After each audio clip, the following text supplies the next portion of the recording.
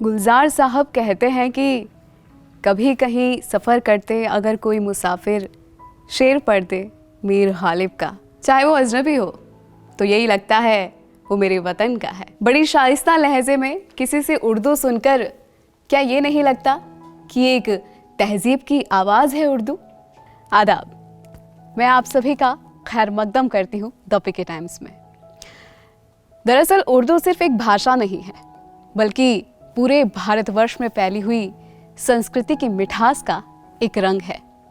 इसी भाषा के जरिए इस मुल्क के न जाने कितने अजीम शायरों ने दूसरे देशों में मोहब्बत फैलाई। कहते हैं अगर आपको खुद से मिलना है तो कविता, नज्म, गज़ल, शायरी ये सब पढ़ना बेहद ज़रूरी है, क्योंकि यही वो एक ज़रिया है जो कम अल्फाजों में आपके एहसासों और जज्बातों को दुनिया के सामने रखती है। प्यार और मोहब्बत को हम क्या खाक समझते अगर गालिब नहीं कहते कि उनको देखे से जो आ जाती है मुंह पे रौनक, वो समझते हैं बीमार का हाल अच्छा है। एक शायरी कहने के लिए आपको गम भी चाहिए, खुशी भी चाहिए, और आपकी ज़िंदगी के हालात जो है वो बहुत मैटर करते हैं। और ये सब कुछ मिला मिर्ज़ा गालिब को तोहफे में। शायद इसीलिए मिर्ज़ा गालिब हुए। हर एक बात पे कहते हो तुम कि तू क्या है, तुम ही कहो कि अंदाज़े गुफ्तगू क्या है। जला है जिस्म जहां दिल भी जल गया होगा, कुरेदते हो जो अवराग जुस्तजू क्या है। चिपक रहा है बदन पर लहू से पैराहन, हमारी जेब को अब हाजते रफू क्या है। रगों में दौड़ते फिरने के हम नहीं कायल, जब आँख ही से न टपका तो फिर लहू क्या है। हुआ है शह का मुसाहिब फिरे है इतराता, वगरना शहर में गालिब की आबरू क्या है। इस महान शायर से भला कौन परिचित नहीं होगा। कभी न कभी आपने इनका कोई न कोई शेर पढ़कर माहौल जरूर बनाया होगा। दरअसल जितना दिलचस्प उनका लिखा हर एक शेर है, उतना ही हैरान करने वाला रहा है उनका जीवन। यूँ समझिए कि आला दर्जे की नवाबी भी थी और आला दर्जे की फ़कीरी भी, दुनिया भर की शोहरत भी थी और दुनिया भर की बदनामी भी। लेकिन भले ही उनकी जिंदगी में तमाम उतार चढ़ाव, अमीरी और मुफलिसी आती जाती रही, लेकिन गालिब के जीने का अंदाज नहीं बदला। मसलन वो शराब भी सिर्फ महंगी वाली ही पीते थे, भले ही पैसों की कितनी भी किल्लत हो। आमदनी से कई गुना ज्यादा महीने का खर्च था, और इसी नवाबी के चलते उन्होंने लगभग हर जानने वाले सेठ, दुकानदार और दोस्तों से इतना कर्ज ले लिया कि कई साहूकारों ने तो उन पर मुकदमे भी कर दिए। और अब तक की तारीख के सबसे बड़े शायर को कर्ज ना चुकाने के आरोप में घर से गिरफ्तार करके कचहरी में पेश किया गया। कहते हैं कि एक वक्त उन पर उस जमाने में 40,000 रुपए का कर्ज था। 19वीं सदी में ये बहुत बड़ी रकम हुआ करती थी। इससे अलग मियाँ गालिब को जुआ खेलने की भी आदत थी, और इसके चलते उन्हें 6 महीने की जेल भी हुई। मतलब सलमान भाई और संजू बाबा से पहले भी कलाकार जेल जाते रहे हैं, लेकिन गालिब थोड़े बदनसीब थे। जहां भाई और बाबा को पैरोल मिल जाता था, वहीं तत्कालीन बादशाह बहादुर शाह जफर की सिफारिश भी उन्हें कैद से आजाद न करा सकी।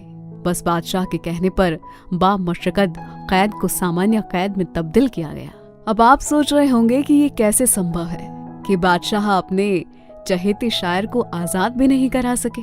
तो वो इसलिए कि तब तक मुगलिया सल्तनत बिल्कुल कमजोर हो चुकी थी। असली राज कंपनी बहादुर का चलने लगा था। मतलब असली हुकूमत 7 समंदर पार से चलने लगी थी। खैर कुछ जुगाड़ लगाकर और एक डॉक्टर से मेडिकल सर्टिफिकेट की मदद से उनके चाहने वालों ने 3 महीनों के बाद गालिब को जेल से रिहा करवा लिया। गालिब जितने मकबूल शायर थे, अपनी आदतों की वजह से उतने ही वो बदनाम भी रहे। आज गालिब के कलामों को हर दूसरा आदमी इधर उधर अर्ज करता है। उन गालिब का जीवन बड़ी दुश्वारियों के साथ गुजरा। गालिब के दादा समरकंद उज्बेकिस्तान से भारत आए थे। गालिब आगरा छोड़कर दिल्ली के बल्ली माराम में आकर बस गए। गालिब ने जीते जी शायरी के अलावा कोई और काम मुकम्मल तौर पर अख्तियार नहीं किया।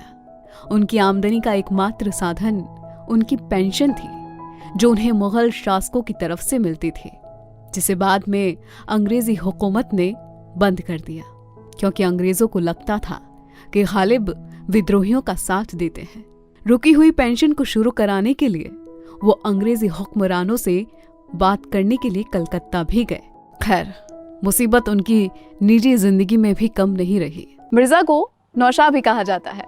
नौशाह इसलिए क्योंकि वो दिल्ली के जमाई थे और नौशाह का मतलब जमाई होता है, इसलिए उन्हें सभी मिर्जा नौशाह कह के बुलाते थे। गालिब ने कभी भी अपनी जीती जी शायरी के अलावा कोई भी दूसरा काम मुकम्मल तौर पर अख्तियार नहीं किया। गालिब के 7 बच्चे हुए, लेकिन कोई 2 साल की उम्र भी पूरा नहीं कर सका। तमाम दुश्वारियों के बावजूद वो लिखते रहे। तारीफों के साथ ही साथ अलग अलग मौकों पर लोगों का उनके ऊपर फिक्रे कसने का दौर भी चलता रहा। लेकिन गालिब भी कम नहीं थे, अपनी मौज में ही रहे।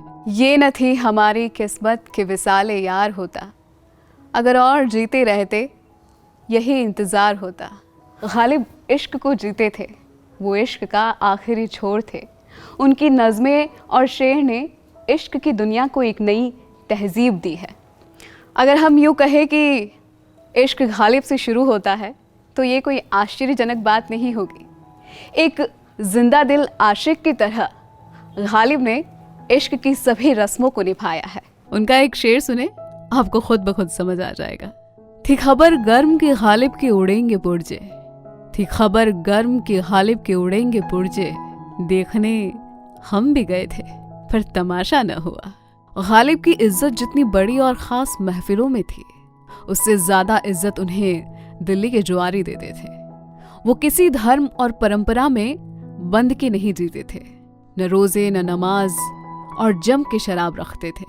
बच्चों की मौत से, अपनी धर्म से गालिब और भी बागी हो गए।